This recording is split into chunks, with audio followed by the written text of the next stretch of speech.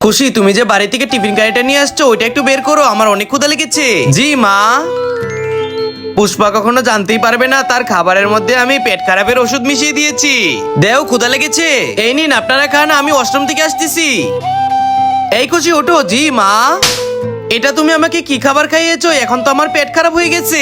মা, আপনার তো খিদা লেগেছে, আপনি এই রুটিগুলো খান। তার মানে পুষ্পার রুটি মা খেয়ে ফেলেছে, আমাকে আবার অষ্টমে যেতে হবে। তোর কারণে আজকে মা আমাকে মারলো, আজকে তুই দেখতে পারবি খুশি কি করতে পারে। এই খুশিকে আমি কখনো ক্ষমা করব না। পুষ্পা, পুষ্পা, পুষ্পা, মনে তো চাইতেছে এই খুশিকে এই ট্রেনে ছেড়ে যায়। আমার এত সুন্দর ঘুমটা ভেঙে দিলে কি হয়েছে? মায়ের পেটে তো গড়বড় হয়ে গেছে, মা অষ্টমে যাইতেছে আর আসতেছে। এখন মাকে সাহায্য করার জন্য আমি কি কি করতে পারবো? কি আর করবে, ট্রেন থেকে বের হয়ে মায়ের জন্য ওষুধ নিয়ে আসো। আমি এই যাবো এই আসবো।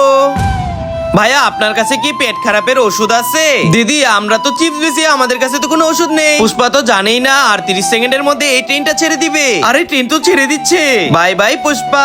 দাঁড়াও।